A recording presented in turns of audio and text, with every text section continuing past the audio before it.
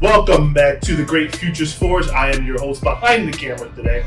I'm Ameer, Washington, here at Boys and Girls Club in Newark, and we are with our now two-time Youth of the Year, Precious. Precious, please introduce yourself and let everybody know who you are. Hi everyone, my name is Precious. Like Mr. Washington said, I am the Newark Youth of the Year. I'm also the president of the Teen Center here at the Keystone Club. I'm a lifeguard at the Boys and Girls Club. STEM ambassador at the Boys and Girls Club. I've been a member for about 8 years now. I've known Mr. Washington for about 8 long years now. It's been a time. It's been a time. It's been a time. So let's let everybody get to know you a little bit and find out who you are and what makes you tick. What is your absolute favorite food? Anything potato. So like fries, mashed potatoes. I love potatoes. So if there was nothing else in the world that you could eat, potatoes. And your favorite movie?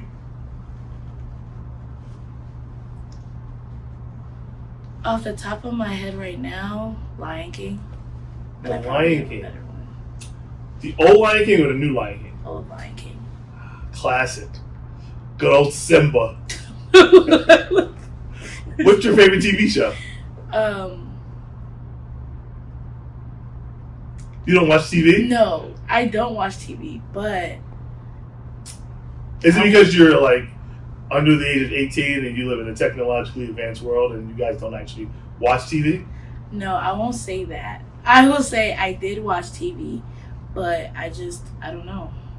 I would say, if I could say a TV show, I don't know if it would be still considered a TV show. Rick and Morty used to be my show. Well, I guess that's a TV show. Or like Adventure Time. Just like old cartoons. I'm a cartoon person. Okay. And what's your favorite movie? Lion King. Really? What's your favorite motion picture with real people in it? With real people in it? Oh, dang. I have one, but I totally forgot the name of it. But basically, the movie was about this lady, and she went into a community where she was a white lady, and she had a group of like Latino and Black kids, and the problem was that she couldn't really connect with them on a personal level, so then she started bringing in people. Like she brought, I think, this lady who survived the Holocaust. I really do not remember what it's called, but it's such a good movie. If I find it, I'll tell you. Please do. I'm interested in seeing it. So what's your favorite ice cream? Cookies and cream. It's number 2 on my list. So what's number 1? Butter Pecan. Oh my God, I knew you were going to say that. Every parent's favorite ice cream is literally that. I am a parent now. That's all my mom. But that was my favorite ice cream when I was a kid as well. So you're old soul. Okay. Yeah. Butter Pecan makes life better, as far as I'm concerned. Right. So I know you're young, but you have parents. Yes. Have you ever been on a vacation? Yes. Where's your favorite place to vacation? Nigeria. All my family's over there. So if you could go one place that's not Nigeria, where would it be? Canada. I like Drake. Because you want to go to Canada because of Drake. Yeah. There's so much more to Canada than just Drake. I don't know, maple syrup. Like that's there too. So I don't know if this is the right kind of question for you, but we ask it to everybody. What is your favorite guilty pleasure when you're having a snack? Is it cookies and cream or something else? My favorite guilty pleasure? I don't know. Do kids even feel guilty about snacks? I don't think Teenagers? I feel guilty about anything. Never? So as an adult, as you get older and you start to gain weight and think about getting, older and life starts to wear on you and you gain weight and you look worse than you did when you were as good as you look. Thank you. Start to think about what you eat. And so the things we eat become guilty pleasures because we feel guilty about that tub of butter pecan ice cream that I intend to eat on Saturday. So I want to say, I think the only reason I feel guilty is because it sounds weird, but it's actually so good. So my friend actually put me on. You like plantains? Yes. Like sweet plantains? Yes. Have you ever had plantains with ice cream? No. And I don't think I would ever. It's so good. And I know it sounds crazy, but it's so good. Which ice cream?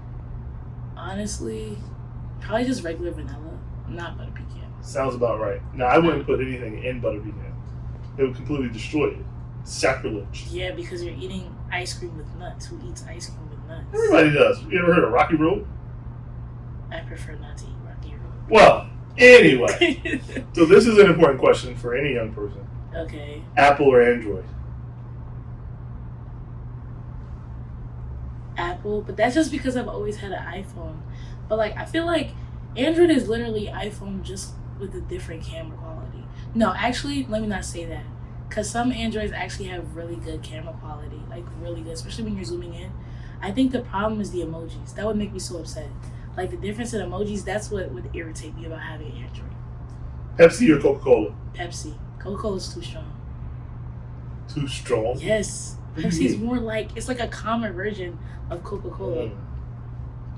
Favorite music genre, band, or artist that's not Drake? Oh my gosh. Favorite genre, I would say R&B or Afrobeats.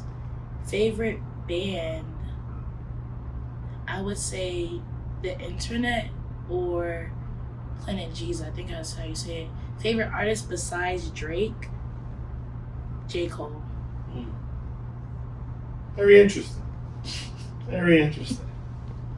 If you could meet one person you've never met, who would that be? Ooh. I want to say Drake, but I'm not going to say Drake.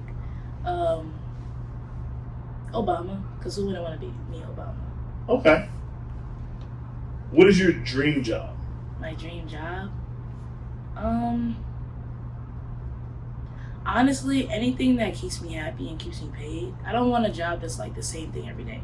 Like, I want a job that's there's something always new happening. But right now, I want to do like computer science. We'll see how that goes. That could be interesting and different every day. Do you have a role model? Mr. Washington. Yes. Okay, that's a great answer. If we were to meet your best friend, what would they say about you? My best friend is like the complete opposite of me. Surprised, we had the same name, and she's very introverted. So she'd probably say that I'm a lot, but she wouldn't mean it in like a negative connotation. She'd mean it like, I don't know. She described me as like someone who has a lot of energy all the time, that like naturally uplifts other people. She's very like monotone and very chill, but I feel like I kind of bring her out of her comfort zone forcefully. But yeah. You said forcefully? We won't dig into that because we don't want you to look bad in front of the in front of the camera.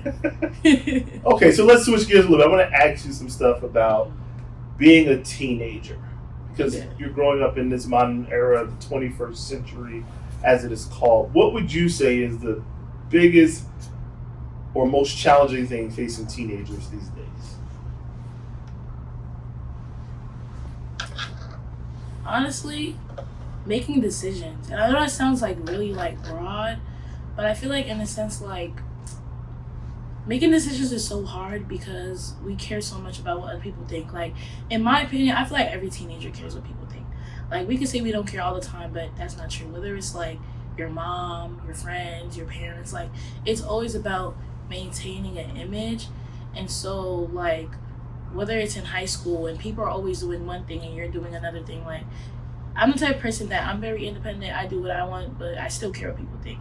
And I feel like that's what's really like, that gets to us, and that's what affects mental health a lot also, because you're always worried about or what somebody else is thinking of you or what your parents may think of you or trying to make somebody proud. And I feel like that's been my biggest struggle a lot as a teenager, like always worrying about somebody else and what they think of me. But yeah. What do adults get wrong about engaging with teenagers? That you have to talk to us like a little kid. I feel like a lot of the times when I talk to adults about certain issues, like, they kind of shy away from certain topics, whether it's like politics or like, I don't know, being in the workforce or stuff like that, or just talking about things that don't really like matter because they think we wouldn't be educated on the topic. But it's like most teenagers know more about politics or like working the workforce or I don't know, just the community around you than most adults. So I feel like a lot of times, I don't know what the word it is, but they kind of like Condescend? no, not condescend, underestimate. Ah. That's the word I'm looking for. So how should adults better interact with teenagers to show them the, let's say, respect that they deserve as thinkers? I would say listen first, and then also regard them as like one of your own, like, I guess I want to say one of your own peers, but like don't look at them when you speak to them, don't look at them as like a child. Does that make sense? Like, look at them as like a regular human being who's going through regular stuff that you could also go through. I feel like in this day and age, like, it's no longer like we're not exposed to the same things that adults could be exposed to. Like, sometimes I talk with my mom about certain things, and she gets surprised that I know about it, but it's just like I'm on social media, and I have friends, and I'm in the world. So it's just like, I feel like if adults were able to understand that fact, that we're very more complex than they think we are, and then actually listen to what we have to say instead of just listening to respond, I feel like that would like close the gap between adults and teenagers. Social media. What is the social media of the day? What's the new thing that everybody's on right now? TikTok. Okay, all right. Do people your age still use Instagram? Yes. Okay, and Snapchat? Yeah. Starting to get old? Yeah. Is Snapchat starting to get old? Okay. Here and there, Facebook? Facebook, no. But I feel like some people still have it, but it's probably for like professional reasons. I'm not just being on Facebook to be on Facebook. So Facebook, wait, you use Facebook, or teenagers use Facebook for professional reasons then? Meaning, like, let's say, I don't know, like, I do marketing for a lot of people. So, like, let's say if I want to, like, I don't know, promote an event, I go on Facebook. Not for me, for the company. Like, I'm not just going on Facebook. What am I doing on Facebook? So Facebook is now where old people congregate on social media? Okay. Or, like, if I want to find somebody's mama or their old baby pictures, I'll go on Facebook. So what about LinkedIn? Does that have LinkedIn? I'm on value? LinkedIn. I feel like a lot of teenagers don't know about LinkedIn, which is kind of sad. I feel like LinkedIn has a lot of value, but a lot of people don't know about that. So they're not really on it. So why does LinkedIn have value? Networking reasons. Even if you're not like trying to work right now, it's good for people to know your name or to know that you're serious about what you want to do. So what would you take away from social media to make it better for teenagers?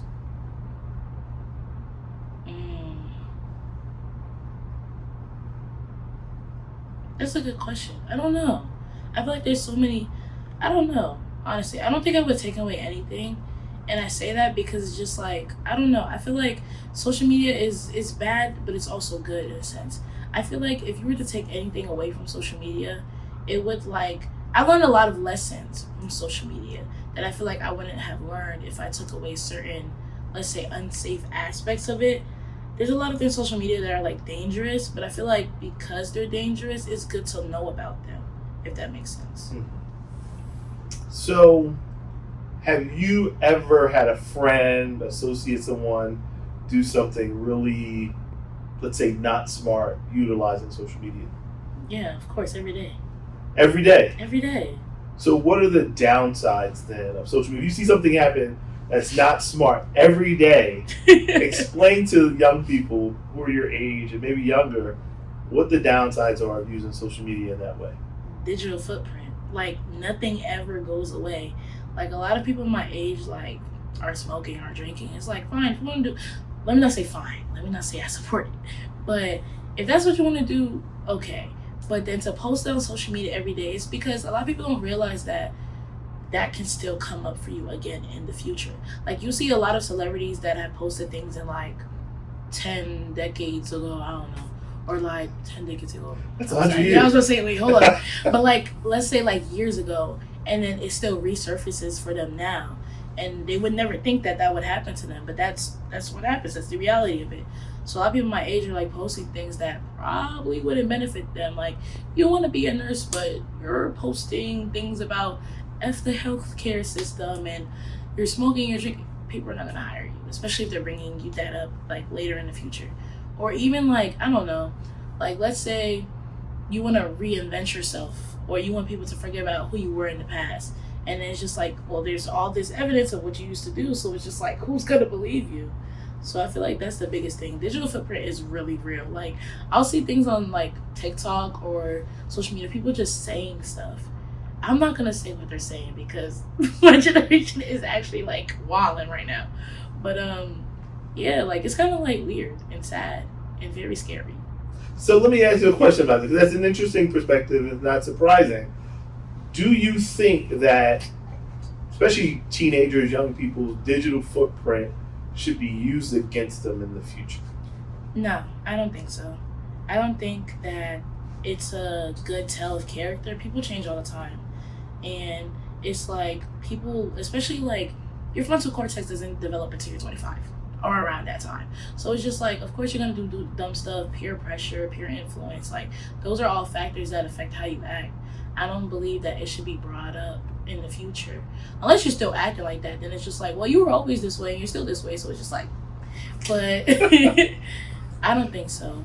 Is it a reality that you're going to have to face? Yeah, but I don't think that should be it. Second chances are a real thing. I believe everybody should have a second chance. Okay.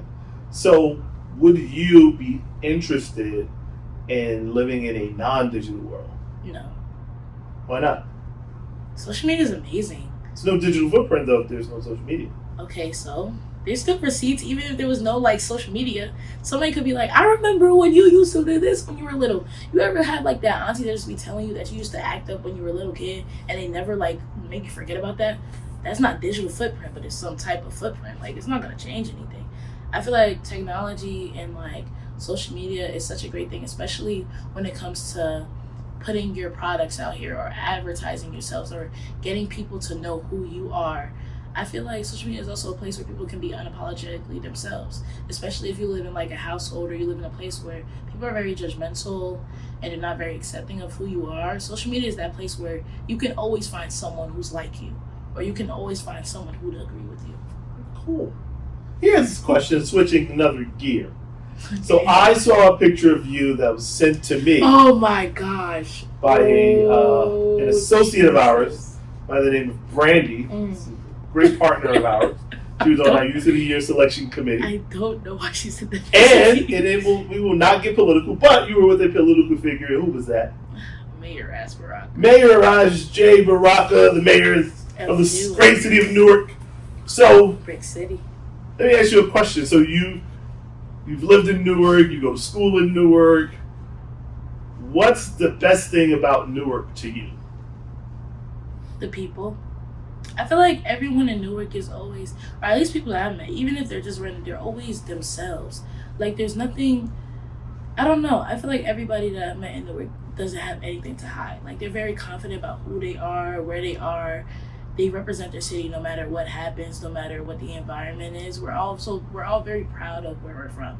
And I feel like that's a good thing. A lot of people, you know what I'm saying, would come into Newark and have so many things to say about it. But it's like, when you really look at it, when you look at the community, when you look at even downtown Newark, like I always say, downtown is like a better New York City. Like, I feel like I like that. I feel like it's so like broad and big, but it's also so like close knit, where it's like you always see the same people on this corner, or like you can just go to your local bodega or like your local Wendy's and see the same people with the same person at the cash register, and it's not just like, oh, it's another random person. It's like, oh, I see them every day. Like, I'll go to the corner store and I'll call the person making my sandwich uncle. Like, I don't know him, I don't know his family, but it's like, because I see him and we're close and we're able to just talk because of the simple fact that we're from the same place. I feel like that's what makes Newark such a home to me. So if there was one thing you could change about Newark, you had a magic wand, you could wave it about, what would you change? Honestly, I would just say any type of division. I feel like, yes, we're all close, but I feel like there's always something that's like, and that's any community though, there's always something that's separating people. Especially if you think about like, okay, like for example, Iron Mountain. Iron Mountain is like predominantly like Hispanic people. And a lot of people like would think because of that, like I've had friends who specifically would not go to Iron Mountain because of that. And I feel like, well, it's still Newark. Like, we should all be able to go wherever we want to go and not be scared of certain neighborhoods or stay away from certain neighborhoods because of a certain look that it has. And I feel like that's a sad thing because it's just like we all grew up in the same place. Like half the people in Newark were born in Beth Israel. Like, so it's just like I feel like the division shouldn't be there. And there's so many great people in Newark. There's so many artists. There's so many doctors. There's so many teenagers who are aspiring to be great things. There's so many people who have so many great dreams and visions for Newark that wouldn't come out because people are always downplaying other people. So where do you think that energy comes from of downplaying other people? Why do people do that? I don't know. I guess like different backgrounds, different political reasons. It's not really a specifically Newark thing. It's really just like a world thing or like our nation thing. Like we've been so divided for such a long time, and it's just like I feel like we're so powerful just like on a creative aspect. Even if it's like we're speaking about Newark specifically, like if you were to go out right now, you could see someone randomly drawing on the street and it could be like the greatest piece of work you've ever seen. But because people have a certain social image of people because of the way they look, because of the way they dress, because of like you just see them on the corner of the street, like for example, like if I was to see somebody like leaning on a sidewalk, like you would think, oh, they're on drugs or they're this, but you wouldn't know that, oh, they want to be an artist when they grow up, or they have kids, or they actually do have a nice home, but they just made the wrong decisions. Like, I feel like we just judge people so quickly instead of learning who they are. Mm-hmm. So where did you get this, I say, mature perspective from? Is it just the way you think, or was it instilled in you at home, or like what makes you think so compassionately about your community? Honestly, it might be a corny answer, but I really would say Boys and Girls Club. And I think that's just because you meet so many people like so many different backgrounds, right? And it's like you wouldn't realize how much in common you have with certain people until you talk to them. And especially with the clubhouse being in like central like Newark and being right in the middle, being so close to so many places and being just right on Avon, I feel like I don't know. Being here gives you a different perspective on what the world could be. Like, for example, a lot of people, if we're talking about teenagers again, a lot of people doubt teenagers and what they have to bring to the table. But the Teen Center is in DC every summer, advocating for things that are going on in Newark, for things that are going on amongst teenagers. And a lot of people wouldn't know what we're doing unless they came into the Boys and Girls Club. And I think seeing things like that and seeing people continuously strive to be great no matter what's going on around them, I feel like that just gave me the motivation to want to know more about people and want to know more about the world around me. Because I feel like being closed-minded in 2025 is just very like, it's a very like ignorant choice and a very like, for lack of better words, stupid choice. Because it's just like, if you're closed-minded in 2025, you're not going to grow. And you're not going to meet people who could accelerate your growth. Interesting. So the Boys and Girls Club has, helped you see possibilities for yourself, for others. What is, in your opinion, the singular most important aspect of being a Boys and Girls Club member? I would say the community. And when I say that, I don't just mean like the members. I mean the staff too. Like, I have very close relationships with everyone at the Boys and Girls Club. Even Mr. Washington. Even me. And I feel like these are connections that you build for a very long time. And these are connections that help you fight through different challenges in your life. Like, there's been times where I wanted to give up on school, or I wanted to give up on advocacy because it's gotten too hard, or I've been too tired, or there's just a lot of work to be done. But I feel like just having people who's constantly seeing the potential in you and inspiring you and telling you their story that might be similar or different than yours to inspire you, I feel like that's what keeps you going. And I feel like that's what every club kid needs, or that's what every kid needs anyway. Someone who believes in them no matter what they're going through. So you're the Youth of the Year. Yeah. Congratulations. Thank you. 2 years in a row. I tried. When you think about being Youth of the Year, how does it make you feel? To be honest, like, and I tell this to a lot of people, but like, a lot of people believe me. I don't, how do I say this without downplaying it? Youth of the Year is just like, it's me doing what I've always done. So it's like, it's not really like I don't know. It's not something that I would constantly brag about. I should, I guess, because it's like the highest, what did you guys say, the highest? It's the most prestigious award that a youth can receive as a club member. And there are levels to it. So you're our club youth of the year, and then you can become a state youth of the year, regional winner, and then national winner. But, at those different levels, it's a platform. So when you think about it from that perspective, what do you think it means to you or to someone who potentially could become the National Youth of the Year? It's just a bigger opportunity and a bigger space to talk about what I'm passionate about, whether that be mental health or whether that be fighting against drug abuse and gang violence in my community, or whether that be bringing more kids to communities and spaces like the Boys and Girls Club. I feel like it gives me a great opportunity to talk to more people about what the Boys and Girls Club has done for me, and then bring those type of resources and opportunities to other kids who may need it, to kids in low-income communities or kids who may feel like certain things may be the end, or they have no future, they have no hope. Telling my story and telling the story of others that I've heard and perspectives of others that I've heard, and just being able to tell it to adults and let them know that teens have so much to offer, and it doesn't just stop at a school level. It doesn't just stop at, oh, this kid has good grades or this kid can make us look good, but this is someone who genuinely has a lot of dreams and aspirations and who wants to make the world a better place. And I feel like if I'm that person who can be, I don't know, the poster kid, for lack of better words, to show people that there's so much potential and so much growth that the youth can bring to America and the world in general, then I'd be more than happy to be that person. Well, you're that person for us again. Thank you, Mr. Washington. And one of the things that I think has been interesting to watch is your evolution as a person, as an individual, as a youth of the year, as a candidate. What is the most difficult thing for you as a junior in high school, getting ready to become senior, and then eventually going off to college and your career? What keeps you down, or what makes you tired, or what feels challenging?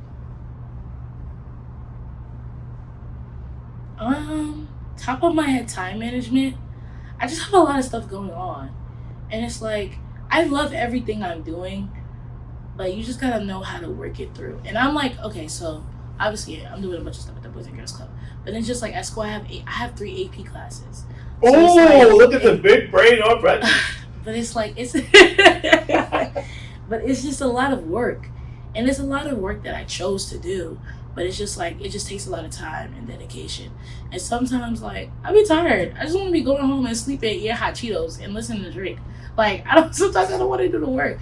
But I feel like because it's something that I want to do and something that I aspire to do, that's what keeps me going. Time management. And then I would also say, like, sometimes I put a lot of expectations on myself that a lot of people don't have for me. And I just give it to me because I feel like there's always room to grow, but I feel like that, I don't know, I feel like that mindset like gets to me a lot. Like, I always feel like there's something else I need to be doing, or there's something more I need to be doing. And that's a good thing, like, it's a good thing to think about, but I feel like I just think about it so much that sometimes it overwhelms me. So here's another question that I asked before, but it's a bigger scale. So we talked about what you would do to change Newark. There's something, depending on which scientific method is used, somewhere between 7, 8, 9 billion people on the planet and growing, and it's supposed to cap out, I guess, somewhere north of 14 billion or something like that. So there's tons and tons of people, and I don't know if I have the science and all the numbers right, but that's what I've heard, that's what I've read here or there. If you had a magic wand to affect the entire world, all societies at once, what would you do to change the world for the better?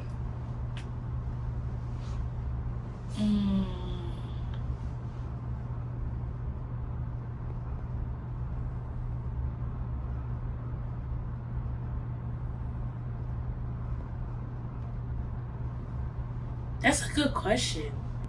I feel like, okay, if I had a magic wand, I feel like I would use that magic wand to give everyone a perspective. And that perspective would be, I guess, I would give everyone the mind where they would know about. I would actually, so off the top of my head, I would want everybody to know about everything that's going on in the world. Because just like if you know everything that's going on in the world, then certain things don't seem as bad. Or then people would understand each other more. But then you also have to think about, like, if one person has that much knowledge, could the human brain handle that? Like, that's also what I'm thinking about. like, there's so many complications with this. But honestly, I think I would just, I don't know. I would give everybody the mind of Mr. Washington. I feel like if everybody thought the way Mr. Washington thinks, like, you guys don't know Mr. Washington, like, I feel like Mr. Washington has so many perspectives in one. He's so open-minded that I feel like he doesn't have an opinion. Does that make sense? I feel like everyone, that's what he says, but I feel like that's not the case. All right, so let's put it to the test, all right? So, without getting into any politics or anything, because we were an apolitical organization, ask me a question about something, and I'll give you my perspective as long as it's not terribly troubling for me to answer. Okay. I have to be sensitive to people's opinions and perspective, and it's not about me; it's about you. Okay. What do you think the biggest problem in America is, Mr. Washington? In America. Woo! Jesus Christ! The biggest problem in America is that I think people don't understand one another and are unwilling to accept that there are other views that will contend with theirs, and that there is a possibility to live together in harmony despite those differences. I think people are unwilling to listen to an opposing perspective without getting angry, and I think people want to be too comfortable. The reason I say that is everybody's always searching for community, they're searching for a space, they're searching for peace and tranquility with like-minded individuals. And the difficulty and the importance in the world is not situating yourself with people that only agree with you, because then you have a jaded perspective about life, and then you become surprised when things don't happen according to your own thought process. I think that's what happened to our political environment. I think that's what happened to people when they expect the world to change overnight. And people forget that the world and the universe, when the universe is something like 14 billion years old, I think, or whatever it is, and then the Earth itself is like almost 7 billion years. And humans have only existed for a very short period of time within that time and space.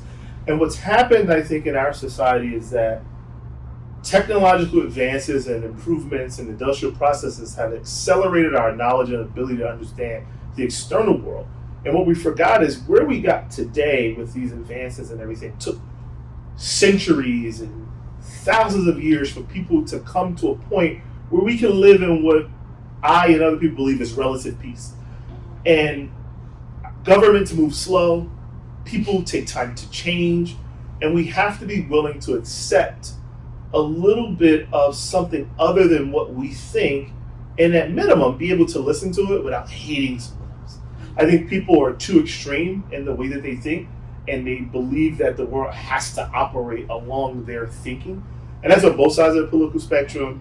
And I think that alone, if we were able to get to people being able to listen to one another objectively without talking in between, without getting angry and emotional, that we could change a lot of the things for the better. Because most of the time we talk to somebody, regardless of who they are, regardless of where they come from, we all want the same things. And that's safety, security, good food, comfort, love our families, and die in peace. And I think for a long time, our country, to a large extent, from at least from my point of view, was able to do that without trying to tear each other apart. There is a healthy need for conflict, but without killing each other. So that's what I think in so many ways. And I think when I look at the world, I spend my time laughing at the over-response to any kind of stimulus that people are uncomfortable with. And I've learned that the more you can look at something, try to understand it, dissect it, then you can kind of take your emotions out of it and understand it logically, and then understand whether that choice or that decision that somebody so fervently desirous of is of value to you and other people at large. But that's one thing. The other thing is that I think we have to solve whether, and I think about this a lot, and are we a country that is going to align on the value of what America is, or are we a country, because it's an important part where everything else outside of the country has to be of paramount importance to the country without first solving the problems of the country. And that's a multifaceted conversation that we can't solve here, but this is one of the things I like to think about. Where it may sound like I don't have an opinion, but I do have a very strong opinion about what could make America a better place for everyone who is in it, but it probably won't work in the next 2 or 3 years, so it won't make anybody comfortable enough to understand it. But you can talk to me off camera about that. Do you believe if everybody thought that way, that the world would be a better place? Absolutely. And the reason for that is your family's from Nigeria, right? And my family, looking at my genealogy, is partly from Nigeria. Hello. So we have already, me and you, a shared ancestry, but many other people, right? And my family's also from Ireland and the UK and Senegambia, different countries in Africa, right? Mm-hmm. And so when we think about other people, we have to look at, it's one of the important things you mentioned, but we didn't get into it, mental health. What is the trauma and what are the things that people have faced? What are people living with and what are people suffering from? And understanding that no one decision, regardless of who the leader is or the person making the decision, is going to solve all of your problems. And when they make that decision, it's going to hurt somebody. And we have to accept that reality. That's the burden of leadership or rule or, being a government official. So everybody's trying to serve a particular subset of people. From South Carolina, New York, Pittsburgh, wherever, right? All these different states and cities. Mm-hmm. And that person who's supposed to be representing those people are trying to serve their needs. Their needs are completely different from the other needs of people in another place within the country. And so we have to first, when we hear that person's opinion, say, they're representing the people who these things may be important to. But they're not important to me, but I have to at least accept that, that's important to somebody. How do we come to a happy middle ground? How do we come to a compromise around how we're going to address these things so that we don't hurt some people so bad to the point where they can't recover, but we give these people what they need, right? So we talk about steel workers and gas and auto workers. And what are the solutions? Now, the problem is that sometimes it just can be made too quickly, too aggressively, not thought out. We haven't thought about all the ramifications, and we can never know all of the cascading domino effect of a decision because the world is comprised of people who are fallible and who ultimately are going to make mistakes. People who are depressed, anxious, fearful, desirous, overly ambitious, greedy. And so you're going to contend with all those emotions around somebody's decision making, and something's going to happen. So that's why we have laws and rules and prisons and repercussions to deal with those unwanted results of our decision making. It's why we haven't dropped the atom bomb anywhere and no one else has done it, and why even though there are tons of countries with the arsenal, we saw the complete, utter, disgusting destruction of that kind of weapon. And so we have to try to avoid that result and try to reduce the even lesser catastrophic results of the things and the interactions we have through war and other things, or the conversations we have trying to hurt somebody's feelings because they don't agree with us. So I think, yes, the world could benefit that way. And I think largely if you look at it, there's law and there's order. Largely most places in the United States, even in what we term our dangerous communities, people live and survive and make it out. The question is, can we avoid going backwards to the dark ages with the most destructive weaponry in human history, and probably some crazier, more destructive things will be created because we are advancing so quickly in our capabilities to do so many different things, right? And so when we have these successes in advancement, medical, technology, software, all this, we have to think about 100 years from now, 1,000 years from now. And we're trying to do that, but we also have to recognize that, again, the problem will not be necessarily solved today for the benefit of the people today. So what are the best choices? And then when you have those varying perspectives, there is never going to be an individual choice that's going to be perfect. There is no perfection in humanity. Never met the perfect person, haven't heard of the perfect person. Only themes and potential prototypes. But that's me. So I'm happy to answer as many questions. I love questions, but yeah, it's hard. I think your perspective is right. It's compassion, caring about others, looking, at what people are dealing with, knowing them and building relationships is important, and then figuring out how to work together with people and stop worrying about our differences so much. Tell them what that means. I got one of those a couple weeks ago. This is clock it. Clock it. Clock it. It's basically to agree. It's like a snap poetry thing, but clock it. Clock it. He clocked it.